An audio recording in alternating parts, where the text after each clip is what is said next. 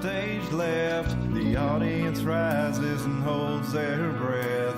They let the vampires into their house, pretend they don't see when the teeth come out.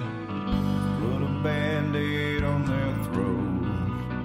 No one wants to rock the boat, and no one wants to talk about it. You're not supposed to talk about it.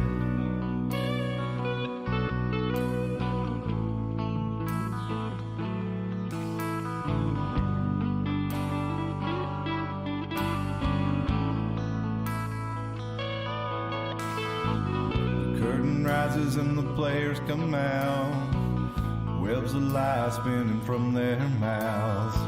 Start looking, listen for a little while. And you don't see them behind their smile.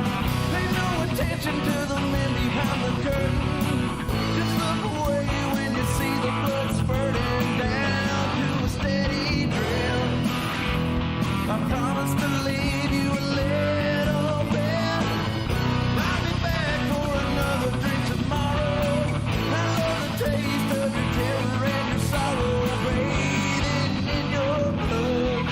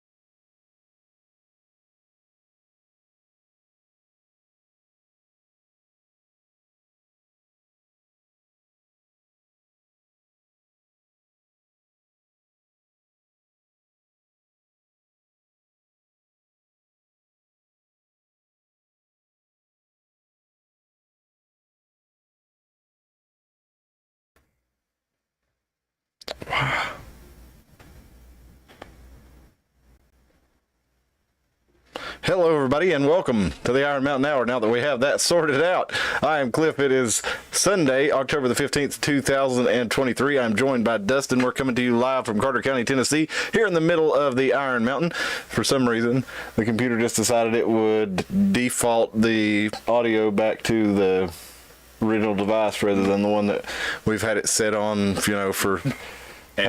for 2 years, I guess, or however long we've been doing this show. It's just like, no, I don't want to leave that. Don't want your audio settings to stay the same. You didn't change them. We're going to change it for you. But thanks there, OBS. We got it figured out. So hello and welcome. We're so glad to have you with us. If you would hit like on this channel or on this video wherever you're watching it, whether it be YouTube, Twitter, or Rumble, we'd love to have you follow us on any of those, and links for all three are in the description. I've also included some of the stories that we're going to be talking about tonight and some links to some stuff. One of the things that I didn't include because it's a Vimeo link, and I'm not sure how YouTube is about Vimeo link, especially for it was copyrighted material. But is a section of Jesse Ventura's show Conspiracy Theory that was on True TV. Yeah, I remember that. Well, he did a section on it, and it was really cheesy. I watched the whole episode up today, and it kind of has that reality TV show feel to it, but it's the True TV version, so it's a little cheesier. But the episode featured Sean Stone, Oliver Stone's son, and they went to the town of Ozark, Missouri, where there was some kind of giant fortress being constructed, and they found a giant underground city underneath it. And at the end of this video, they drive around all into the video, and I was going to share that on the channel, but all of those have been removed from YouTube, and Vimeo was the only place I could find it, so I didn't want to risk running afoul of whoever owns True TV's copyright, because they're apparently keeping it pretty good, keeping that under lock pretty good. So anyway, I just figured I'd tell you about it. If you search Jesse Ventura's Conspiracy Theory, Ozark, Missouri, you'll be able to find that. And that show had some pretty interesting stuff on it. It also was, I think, a little bit ahead of its time in a lot of ways, because they were saying a lot of the things that they were predicting on the show were going to happen right now, but a lot of them did happen, just kind of slow motion over the 10 years after it, rather than all at once. And you get down to a lot of people shared the clips from that show about vaccines when the COVID vaccines came out, and when people started reporting that they had been injured by them. A lot of those clips went back around again. So anyway, it was an interesting show, but I would definitely recommend you check that out. Also included in that list of things to watch is a very interesting documentary. It's a short documentary about underground cities. It's from DTTV documentaries, and I included it in the links. Ancient underground tunnels, subterranean worlds span the entire Earth, and I thought that was a pretty interesting place to start the show tonight, because all over the world we see remains of ancient cities that were underground, and I found a list of 37 of the top in the world. So that's 37 of them. That's the top ones that they found. So there's hundreds of underground cities, and most of them you've probably never heard of, but some of the more famous ones, Kuyu is probably the most famous one that I know of, but it's been featured in a lot of History Channel documentaries. It's been in Ancient Aliens, a lot of different stuff like this. We're going to look at ancient or Atlas Obscura. This is the mysterious underground city found in a man's basement, and they did a renovation project there. I remember this story. Yeah, and found this huge city, and this is kind of a map of it. This is an illustration of it, but they actually rediscovered it by accident because it had lots of openings into the city above it, and I think it said 600 different openings into residences above it. I believe what it says down in the article. But in 1963, this guy was remodeling his basement and found a tunnel, and then more tunnels, and then they found great big chambers and halls and a huge underground complex, and there was a 18-story city in there, and they reckon it housed up to 20,000 people, but they don't really know who. They don't know when. I mean, they have some ideas. It's in Cappadocia in Turkey, and they've narrowed it down to like the Hittites, the Phrygians, or the early Christians that could have lived there, and they don't really know, but they have some ideas. And all the way down, there's a total of 15,000 shafts, most about 10 centimeters wide, to ventilate the whole thing, because they got to go get air all the way down to 8 levels below ground. And we've got some pictures of people walking through it, and it mostly just looks like it's a worked out cave. You know, they used primitive tools and carved out passages, and Or were they primitive? and yeah, maybe not. And the existing rocks. It's a lot of work. Yeah, it is, and they would have had to do it for a long time. There's some of the shafts that we're talking about going down to lower levels. If you do 10, how did it say, 10 centimeters wide? I mean, it's pretty hard to do that with a primitive tool. Do a 10 centimeter shaft all the way down to 18 stories. That's what's a story up 10 foot? Yeah, basically. 180 plus feet. Yeah, so I don't know how they would have done that. I mean, it looks like it branches off, you know, on the different floors, so maybe they could have gone in from each level and gone down so far, but who knows? It's still pretty amazing. So if we keep going, this is another one that was real famous. We're looking at Business Insider on the Polish salt mine in Wielica, the Wielica salt mine. This is the chapel in the salt mine. This is built underground, and it was in operation as a salt mine for over 700 years. It just recently, I think in the 1990s, quit being used as a salt mine. So one of the more well-known ones there, and I've got an article from Fun little fact with salt mines, it's like that's where they have always kept like old movie film. Yeah, You'd keep them. They say, oh, they threw it in the salt mine or something like that. They'll find them on the salt mine. If they say whenever they're bringing like new cuts to old films up, which is Interesting. actually true because they keep them in there because the humidity's so low, because where the salt acts, you know, I'm so glad. water absorber. I'm so glad you said that, because I'm bringing up now a story from the Hartford Courant. This is from, I think, 1999. Yeah, February 1999. The Secrets of Iron Mountain. You remember we talked about the Iron Mountain, the report from Iron Mountain, and the prospects of peace. And the whole idea was that it was a heads of government, actually private organizations, they met together to make recommendations to the government, because the government didn't want to get caught having these meetings. But they met in a bunker, a series of bunkers, and one of them, and their favorite, they called themselves the Iron Mountain Boys, which is oddly enough one of the things that B suggested that we call the show, and she didn't know that at the time, but later found out they called themselves the Iron Mountain Boys, and they met in a bunker, and they went over what the elite of the world could do to keep basically the existing world order going on, as they had without war. Now, I read that earlier, and it didn't make me log in. Let's see if I can get that to load there. But you get right down to it, and the Iron Mountain. I was trying to find some information on the underground vault there at Iron Mountain, and I can't. It's not going to let me read this right now. But that was the best article I found on it. But in the article, they talk about how this thing was actually owned by a guy who had a mushroom farm. And during the Cold War, he actually switched to data storage, and they made a huge bunker there. And it was in that article, it goes on to tell about how Exxon owned a bunker there, and it was just recently in 1999 the last company gave up its private bunker in there, and it didn't name the corporation who it was, but that had to be the bunker that the Iron Mountain report got together in, and was called Iron Mountain. But now it's a data storage place. They store all kinds of physical paperwork. He has acres and acres of huge vaults. I think it's like 500 acres underground or 200 acres underground. It's a huge amount. That's a lot. Yeah, and dude stores this fly just really wants my water. He stores all kinds of all kinds of stuff down there, I'm sure.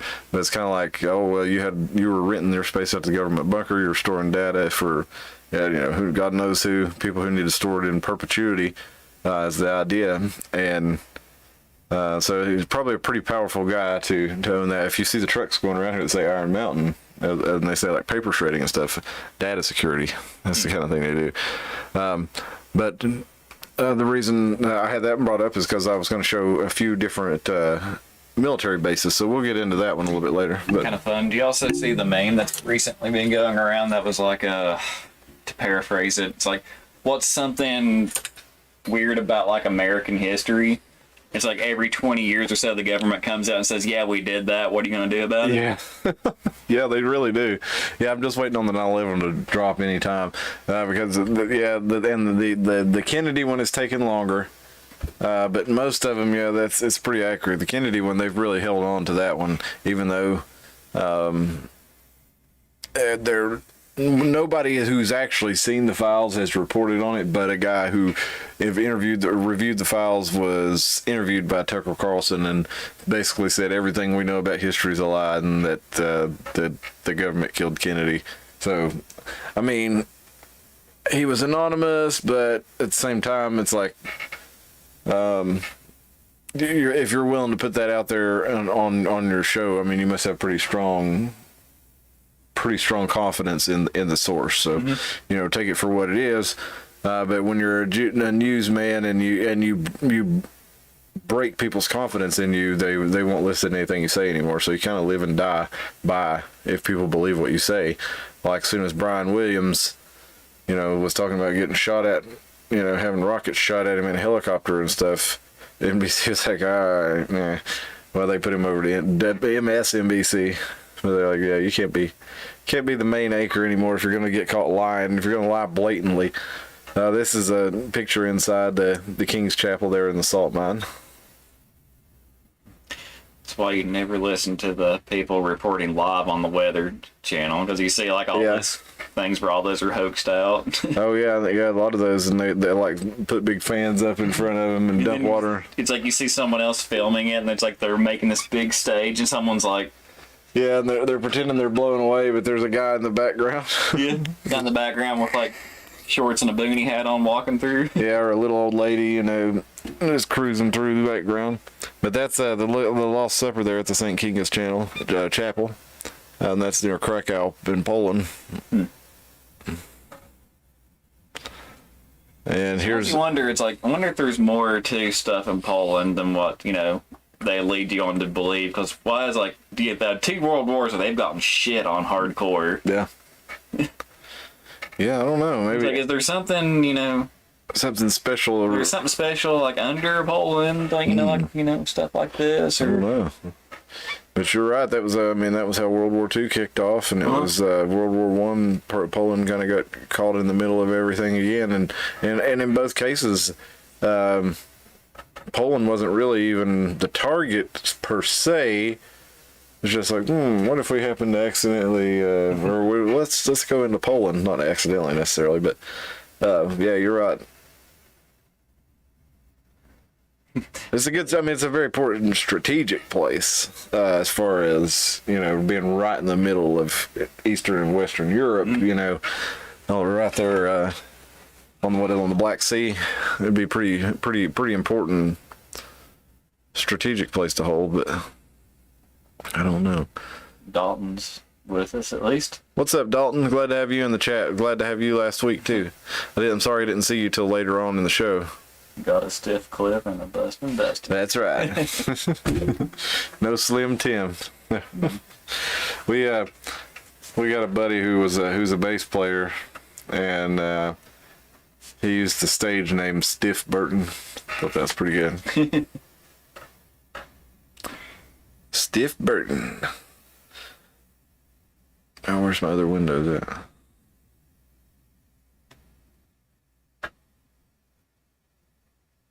Now, one of the things that go in that video that I shared at the beginning for you to watch, where they talk about the tunnels under a network of tunnels under the earth, he talks about some that were found in Peru, and indeed it does look like it's hard to find like a really good source on it, because most of them only mention, when you start finding this, they talk about some tunnels that were under a temple in Cusco.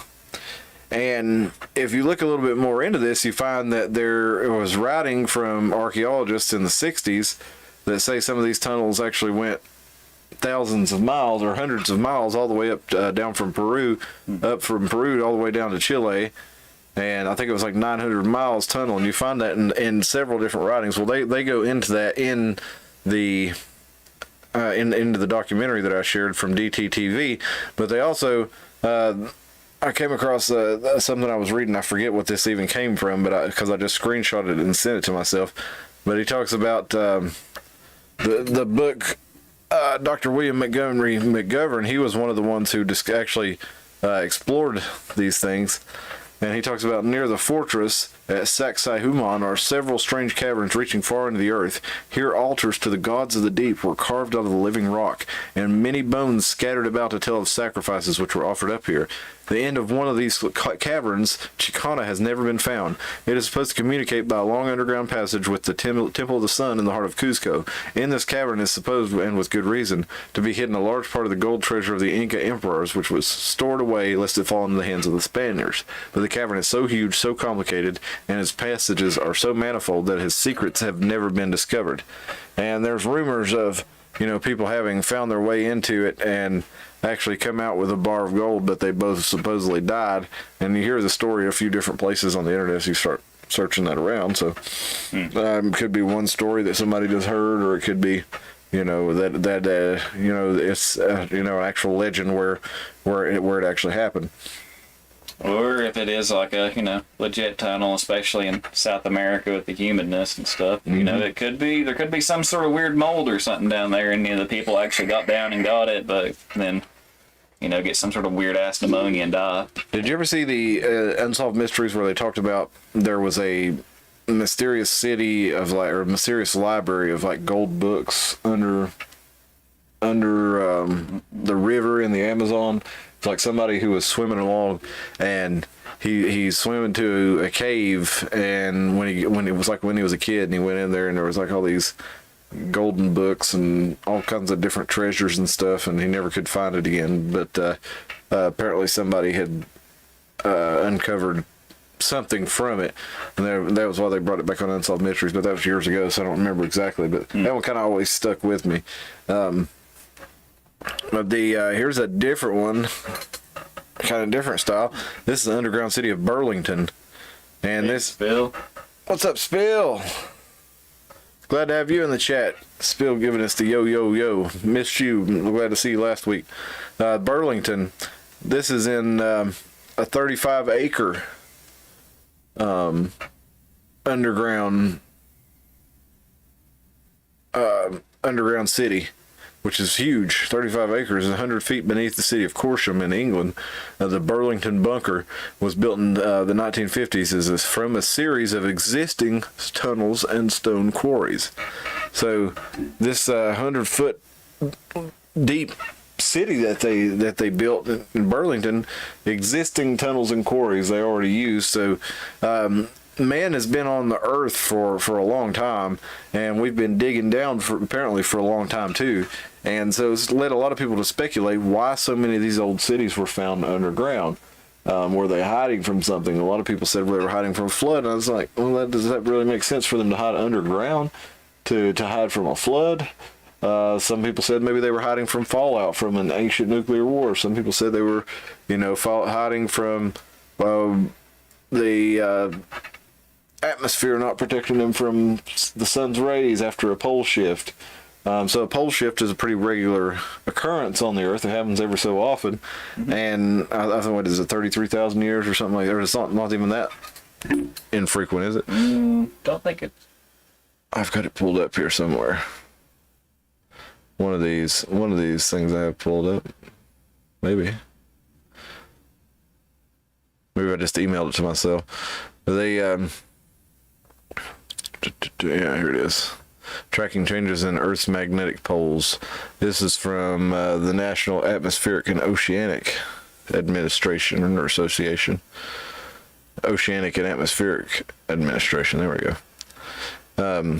So the magnetic field, actually, the North and South magnetic poles gradually change, right? And this is one of the things that people have been warned about, saying a poles change will actually a pole shift will have massive changes in the climate and force people underground. It can, throw the maybe that's why the Sahara Desert up to 5,000 years ago was a green, lush jungle, and now it's a desert. And it's the only place in Africa that looks like that. The whole rest of Africa is like, pretty green, and then you've got the giant Sahara that's about half of, or probably about a third of Africa is nothing but desert. Well, it had lots of rivers and lakes and lush jungles back as recently as 5,000 years ago, and nobody really knows why. They don't really know what caused that. But they calculated the movement of the North and South magnetic poles from 1590 to 2025, and they found, if you'll hang on just a second. Okay, they found the North magnetic pole was moving approximately north-northwest at 55 kilometers per year, and now they say it's still moving the same direction, but a slightly reduced speed of 45 kilometers per year. And this is updated June 2021. But wasn't it here very recently that they say we actually flipped plates and polarity? And still 55 kilometers is like, that's quite a bit. 35 miles. Yeah, it's a fair amount. And it says that geomagnetic pole reversals have happened throughout Earth's history. The last one occurred 780,000 years ago. Though they sound scary, pole flips can take a long time to occur and pose no immediate threat. Scientists have determined that in the short term, there is no real change to Earth's climate and environment due to a pole flip. Now, I've also seen the theory that perhaps one of the things that people are trying to preserve through history, and one of the things they're trying to share with these calendars, is that the pole actually flips many more times than that. It's just we don't have evidence for the regular flipping that it does, because it wipes the civilizations out, and we don't really have much evidence of them except for the things that are built on stone foundations, because concrete foundations, steel, masonry, wood, it's all going to be gone in a matter of 10,000 years. It'll be nothing left of it.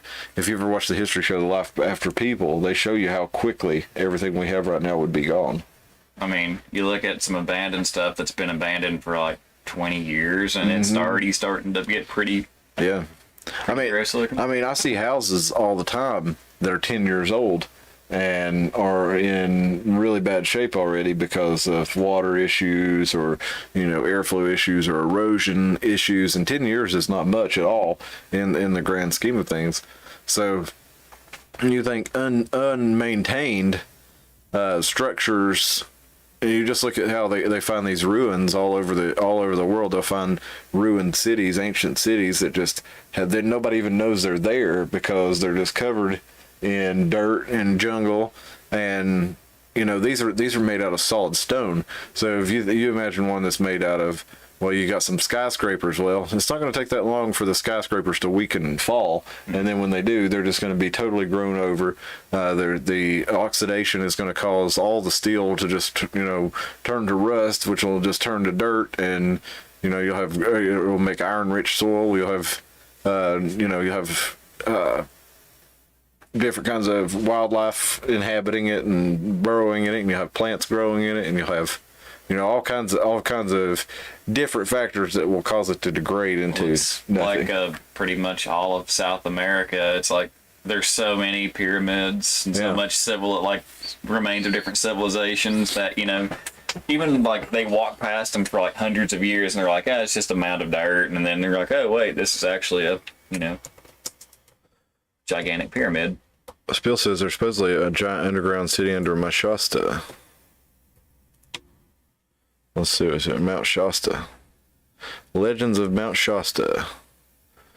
It is often said there is a secret city beneath its peaks. In some story, the city is no longer inhabited, while in others it is inhabited by a technological advanced society of human beings or mythical creatures.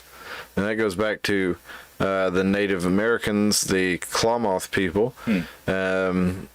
they say that Mount Shasta is inhabited by the spirit chief Scale, who descended from heaven to the mountain's summit.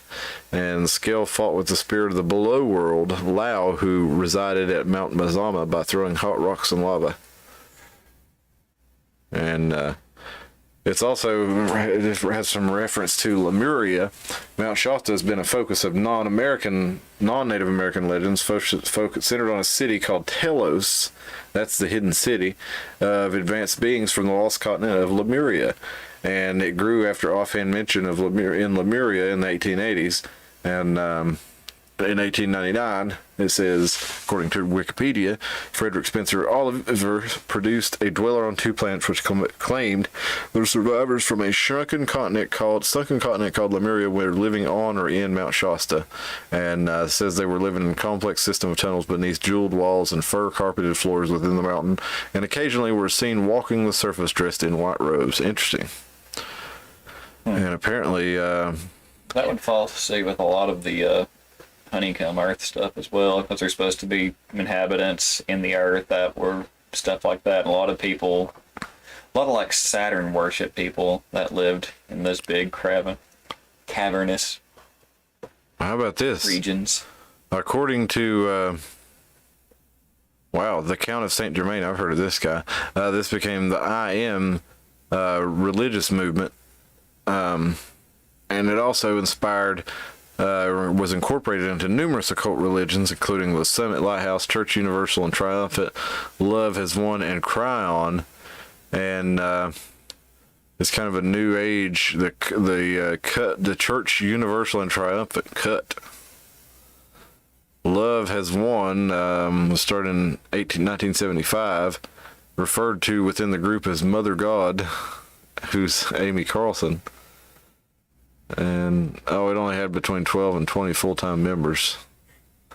As I wouldn't call that necessarily worthy of a Wikipedia entry. If you only have 12 to 20 entries, I mean, Tim's cigarette cult. I was going to say cigarette cult. Yeah.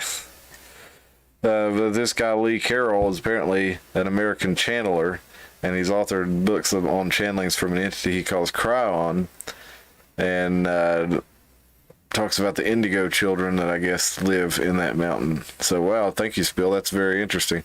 All kinds of stuff.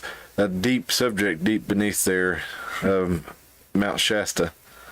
Let's see here what it talks about here. Sorry, I'm just kind of trying to scroll real quick and find.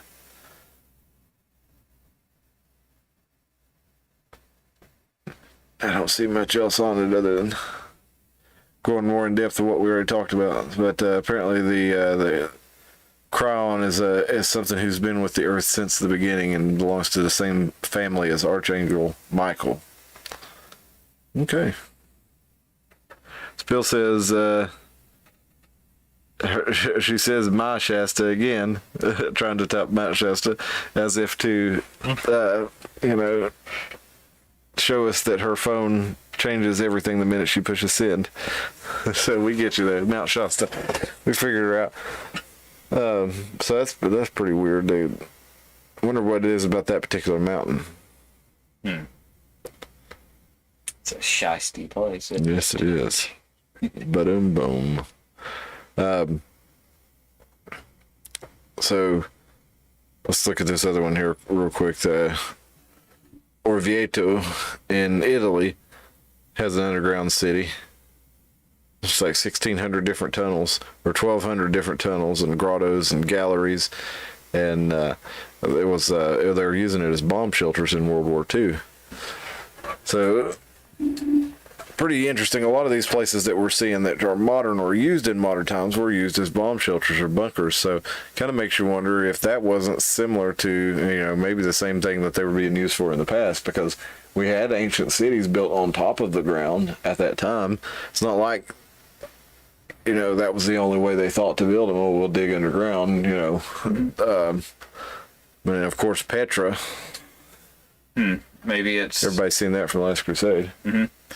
Maybe it could be like how you said, like a fallout sort of thing. Maybe there were ancient civilizations and, got pissed off and dropped some old fat man around. Yeah. And, they're like, hey, so they built underground to still be able to live in the whole area while the fallout settles. Well, if you've been And watching, not take over the entire world, and other places aren't as affected. yeah. Or, it could be like, those, how they say every like 400 or some years, there's like a pulse from the sun, like some of those, when it gets angry at us. Yeah.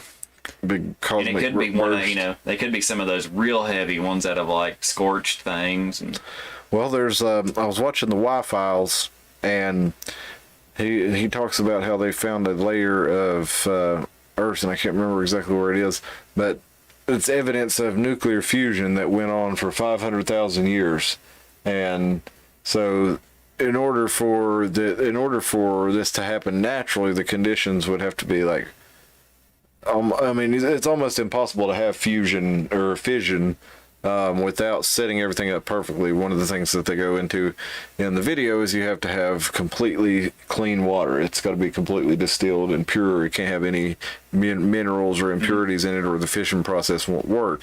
And somehow this fission process continued for 500,000 years, leading some people to speculate, well, there must have been some sort of reactor there and some sort of civilization that was fueling it and using it. I've heard that. And there's actually like depleted radioactive Right. materials that, that's the only way. There's not a natural way for that to have happened. Yeah. There's like a chemical compound that's actually an element that's made from the byproducts of it that it doesn't happen naturally. Right. Yeah, because you have to blast extra neutrons into it, and that knocks off after it starts the chain reaction. You have some leftover pieces that they don't, like he said, they don't occur naturally. But there was the Y-Files at the end of the episode. They kind of went to downplay it and say, well, the scientist didn't say that it couldn't have been natural. He just said everything would have to be perfect for it to be natural. And then he went back into, again, well, how if the water had to be 100% pure, it wouldn't work. Like, seems like that would have to be controlled in some way or another.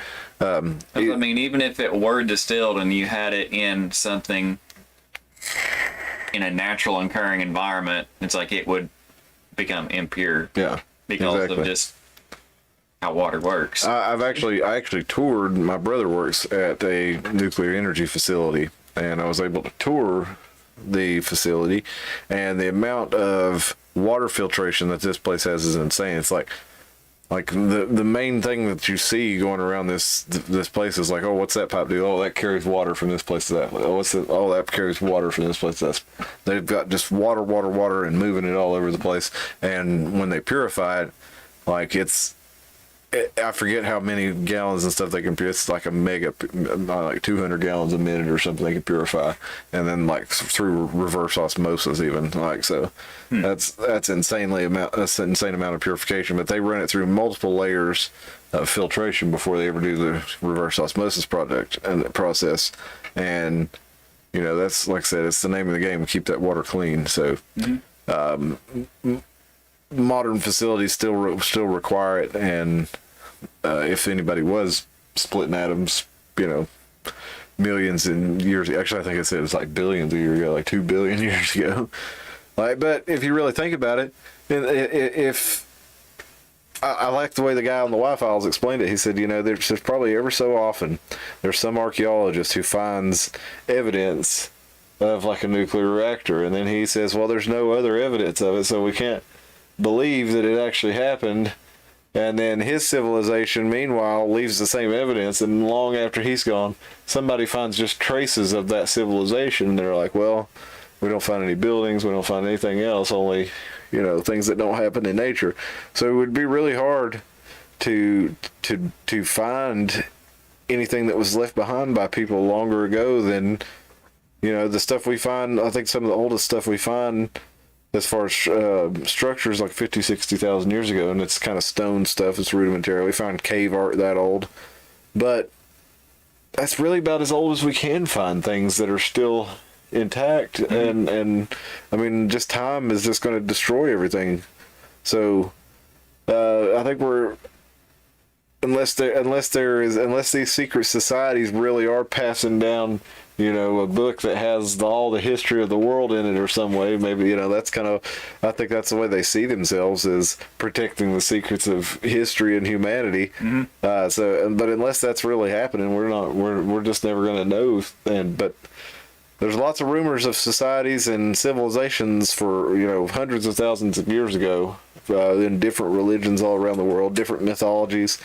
And what makes me think that there may be something to that is because these people built these underground cities all these years ago. We don't even really know how long ago in a lot of cases. Yeah, actually, in most cases, we don't even really know how long ago because you can't really date stone. You can't. Because, like, the one thing, they're like, oh, maybe the early Christians used that. I was like, okay, by the time that people, especially in a smaller sect at, say, early Christianity, the adoption of that, in the 1st century AD, by the time you built a structure that vast, you wouldn't have enough, like, manpower nor, like, the span of like lives, for like the average human life. Yeah, it would take a long time to build it, so like you would have to have it ready for something, right? I mean, you couldn't just be like, oh, the bad guys are advancing or the flood's coming. Let's just build a city that's you couldn't 18 stories deep. I mean, I know that during World War II, the Germans, they did build a lot of underground stuff really quickly, but they had the the machinery that we had at the time, which was supposedly way more advanced than when those were built, unless those tunnels were already, those underground cities were already there, and they just decided like, hey, let's use this, it's already here. Or it's like, this is from this something else, like what we said, like, hey, this is like a past civilization, so we'll revamp it and use it. Well, we know there's very publicly about the Boring Company, which is Elon Musk's digging venture. They're doing these huge tunnels like this. Look at that. Why tunnels? Let's get rid of traffic. 3D roads, tunnels, weatherproof, out of sight and won't fall on your head. That's always what I said. Why do we not still have power lines underground? Why are power lines still above ground around here? When you look at places like up in the Northeast, like in Maine and stuff like that, all their power is underground. They don't have power lines everywhere. So they've got the Loop, all electric, zero emissions underground public transportation system down in Las Vegas. You got different mega infrastructure projects where they're moving all kinds of stuff. Here's their big borer that tunnels a mile of tunnel per week. That's crazy. A mile per week. And they're selling flamethrowers, so if you want a flamethrower too, that's how they're funding their project. That's the only reason they're selling those is to advertise. Yeah, I do too. Be a lot of fun.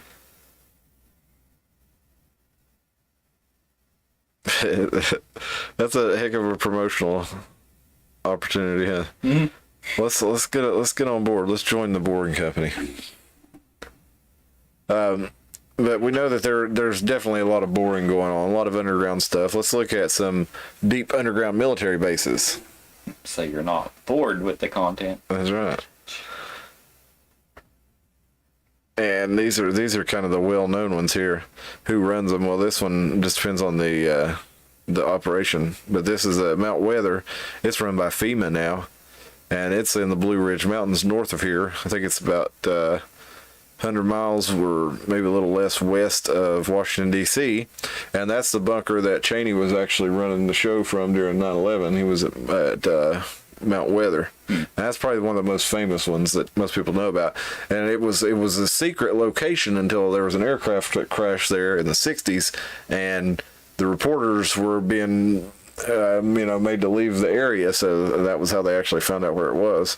Another real famous one is Raven Rock Cove. I think it's in Colorado, isn't it? I don't know that one. Raven Rock Cove Mountain Complex. Actually, I'm not sure either. Let's look it up real quick.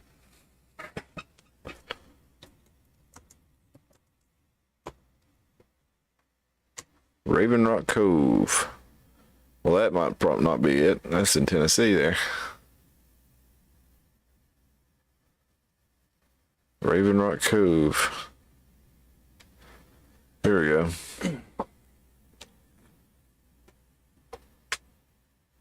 Here's pictures of Raven Rock Cove Mountain Public. Oh, this is President Obama arriving. Oh, this is a parody with fictional and fake photos.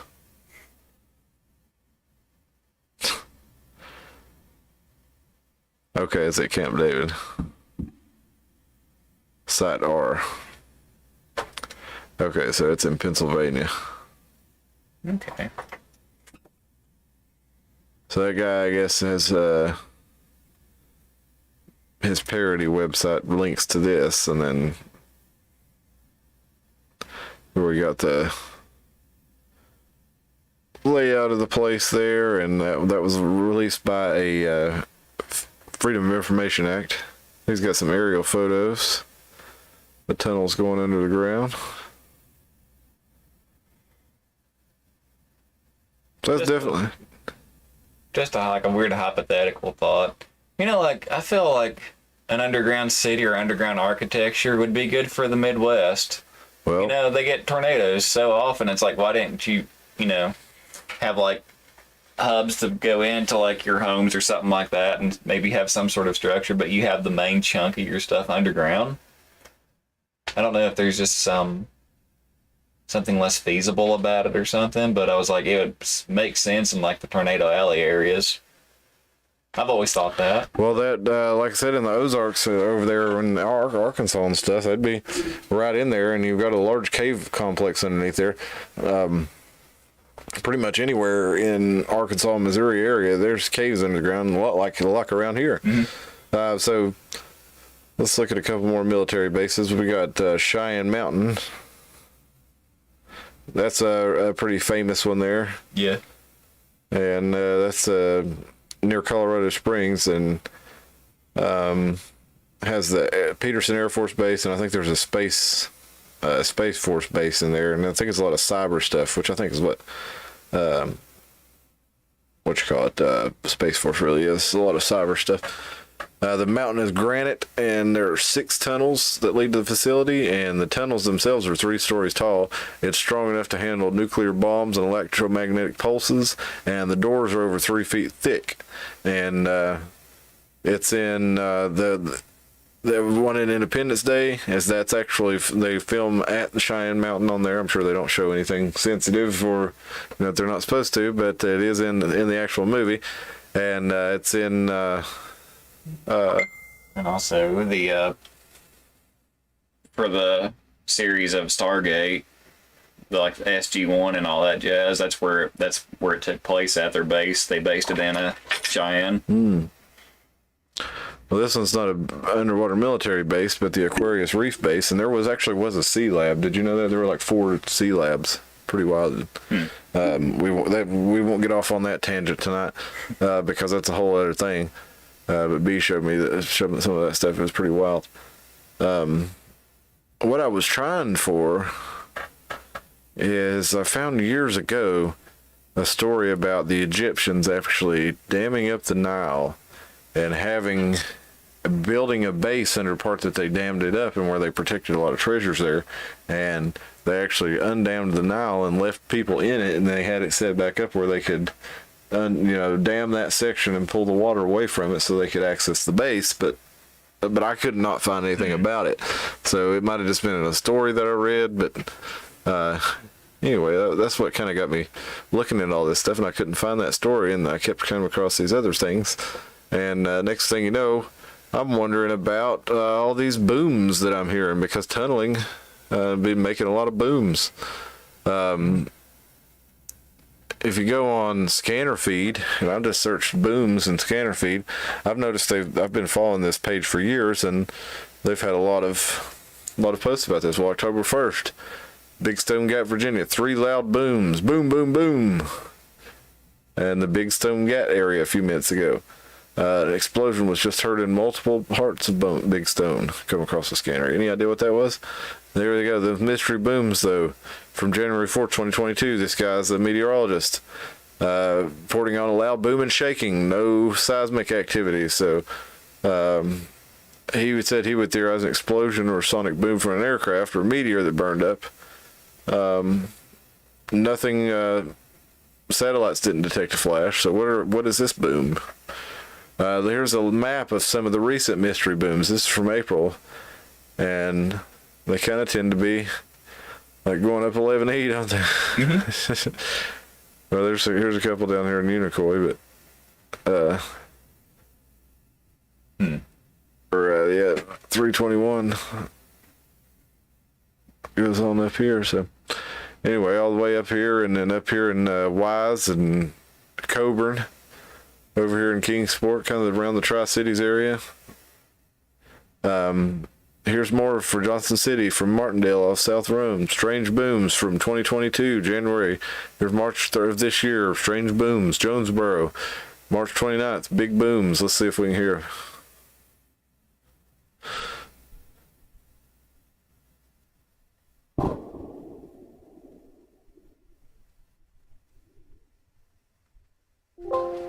It sounded pretty distant there, if I could hear it.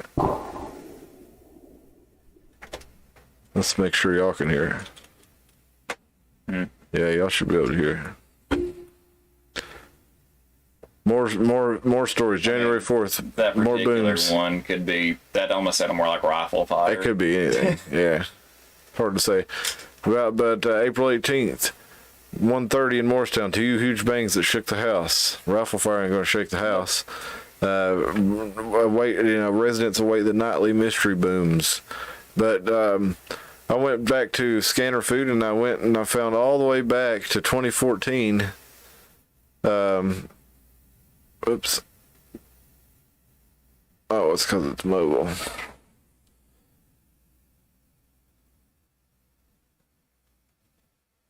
Let's take the M out of that. Let's see if it'll work.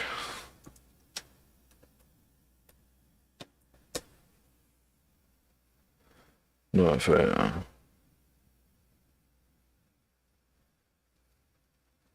Well, I looked at it earlier, but 9 years ago, and I guess it was because I shared it from mobile, but 9 years ago, they were reporting mystery booms up in West Virginia. So it's a real common thing. Crackers Neck up in Johnson City. Got mystery booms. But I wanted to share this mystery boom chart with y'all that Scanner Food shared, because I thought it was pretty fun.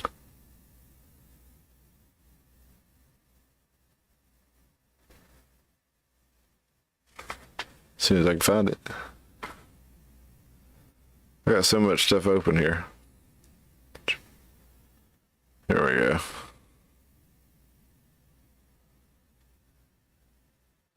The mystery boom tree.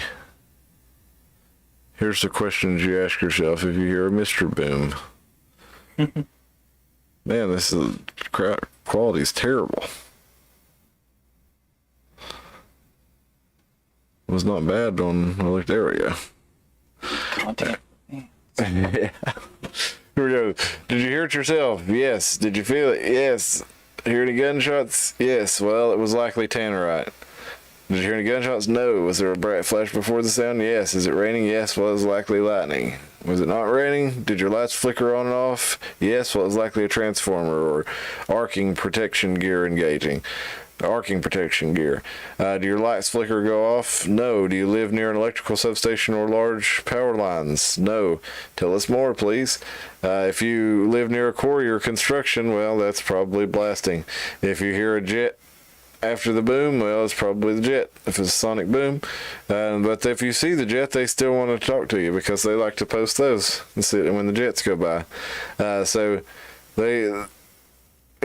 bring into railroad, kind of look at this chart before you go reporting booms and figure out what you think it might be. But go ahead and report it anyway. But there has been a lot of people report these things. I've never heard any mystery booms that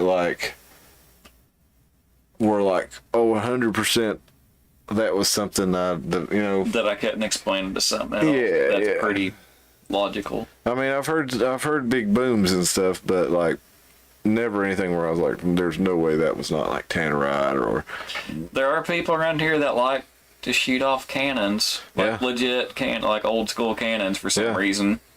Well, if I had a cannon, I would love to shoot it off. Yeah, but maybe not at like 9:30 at night. Yeah. That's probably the best time. I should get to shoot a huge fireball out of it. I went down to Fort Pulaski, me and Brandy did, in Savannah, and we watched them fire a cannon out over the ocean there. That was pretty freaking cool. Or it could be like that one statement. He's like, yeah, every like 6 months or so, my neighbor goes out in his backyard and shoots a few gunshots in the ground because it keeps the property value lower. Yeah.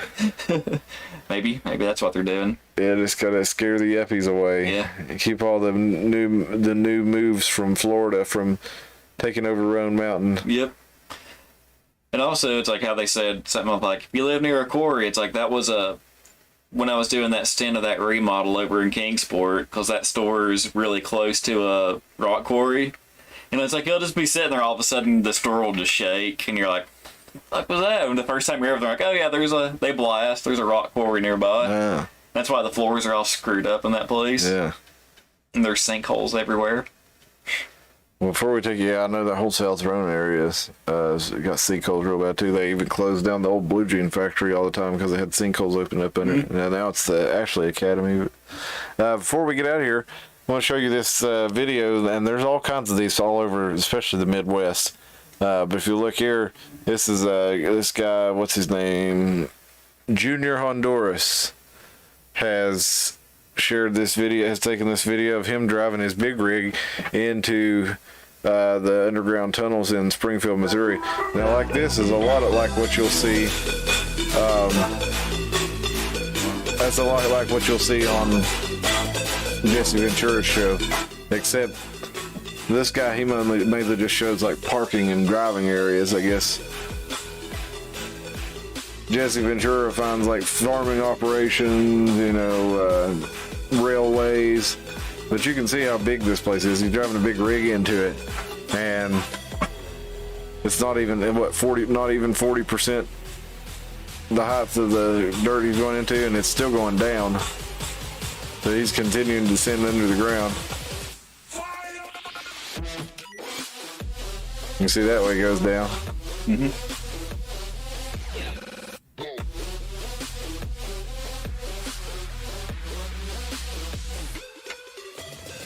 It feels so awesome in the summer.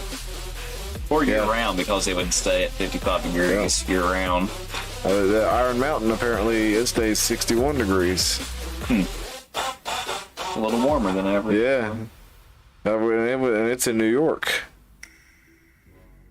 But you can see this is a big place. He's just cruising through it in the semi. There's other semis in there. Look how high the ceiling is over the top of the semi trucks.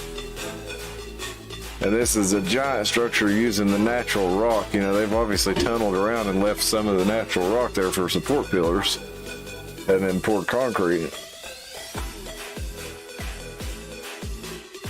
Let's go a little further, because he does a lot of this.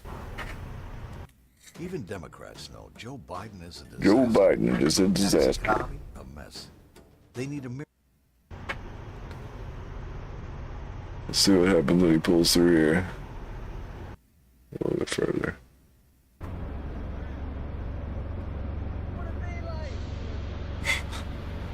Right. All this is underground, people. That's huge. Mm-hmm. And this is just one of many. In the source that shows them the city in the Jesse Ventura show, it shows them in Ozark, Missouri. It's just one of, he says, probably a dozen in the area that he's familiar with, and that's just around that small area. So apparently there's a large network under there. It'd be cool if you had even a small community of just like a handful of things, and you could actually have like an underground little town, and you could have all your agriculture on the top of it still. Yeah. Maximize the space. Yeah. Have everything tunneled down enough so you don't have root stuff coming through. But well, if you had to survive something, that would be probably one of the reasons that you would do something like that. A lot of people were speculating that we could have some kind of crazy, either that they're getting ready for, that they suspect that we may be going through another one of these pole shift events that totally flips the climate of the Earth on its head, where we have things like the Younger Dryas event, where there's whatever caused that. It was a huge influx of melting glacial water into the continental U.S., and there was also it appears like there was at least a worldwide, the perception of worldwide flood, whether the whole world was flooded or not. All around the world there are stories of a massive flood that wiped out civilizations. So perhaps there's the Ozarks are in the middle of the country. You're as far away from both oceans as you can be. You're underground, and you can survive some sort of blast. You can survive some sort of flood events that's probably not going to make it all the way inland like that. Or if it did, if you're here, it's like these mountains are older than everything else in the world. So I mean, yeah. Well, that was what I was getting at. Is, do you think that maybe these booms are that they're building some facilities like that under this area, because we've got a huge underground cave network that connects all around. The U.S. Geological Survey did several surveys through here in Carter County and up in Unicoi County over the 60s, 70s, and 80s. They mapped all these caves out back then, and all of them are connected. There's caves that run from my friend's house up here up the road. He's probably 5 miles up the road from me, and the cave up there likely connects to the cave over here on Swimming Pool Road. That likely connects to the one over and this in Unicoi. They're probably all connected, and the Rock House Road cave is like right in between there. And if you look you can find a map online of that Rock House Road cave, and there was also a Carter County Saltpeter cave. And something very interesting that they found out in the study that they did in 2009 was that the Carter County caves have a super high level of it has like really good minerals and good bacteria. So if you were wanting to get a lot of nutrients that you would normally have to be on top of the earth in order to get them, the Carter County Saltpeter caves and a lot of the the Northeast Tennessee caves actually have a lot of these minerals that you'd need for like farming and fertilization. They're found naturally in the cave, so something to chew on there. We've also got the fact that the dams up here, even though they're run and maintained by the TVA, they were actually built by the U.S. Army Corps of Engineers. We see all kinds of military aircraft coming and going through this way, and we can't really tell where they go, or they're very odd where they're trajectories. A hatch in the mountain that opens up that they shoot out of, because we know that they were doing that in World War II in Germany. They were having runways that went all the way deep inside the mountain, and the planes would just shoot out of them. So the idea that if we weren't already doing that in the 40s in the 30s and 40s when Hitler was doing that, I'm sure we were doing that after, when we brought all his scientists and engineers over to work for us. So do you think there's some underground facility of some sort in our area? Do you think that's what's causing all the booms?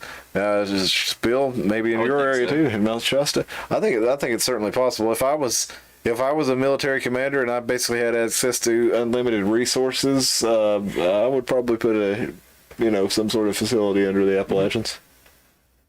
Especially if you want to keep the old gods under the mountains. You keep them in peace. You gotta have a base nearby. People and sacrifice them. That's right. Yeah, and that's so funny that I was researching this topic, and then I was just like, I want to put on a movie while I'm watching this, and then Cabin in the Woods was up there. I was like, hell yeah, that's perfect. Okay. And if you haven't seen that movie, it's about an underground facility that is run by the government, where they have basically. They do snuff films. They have horror movie setups where a certain ritual has to be, that's why all horror movies follow the same ritual, the same order, is because it has to be performed in order to appease the old gods, and if we don't, then they'll destroy the world. So if you haven't seen that movie, check it out. Cabin in the Woods, pretty awesome. Let's see.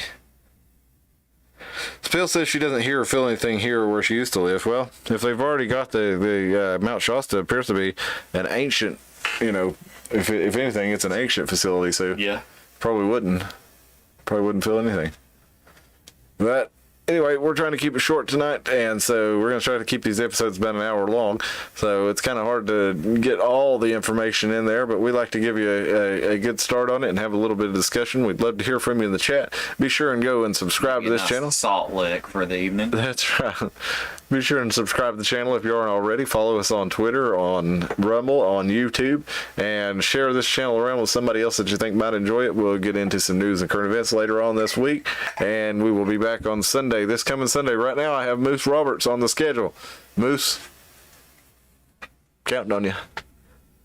We love y'all. We'll see you next time. Everybody have a good night. Bye. Spill says she does think it's active under. Let's see.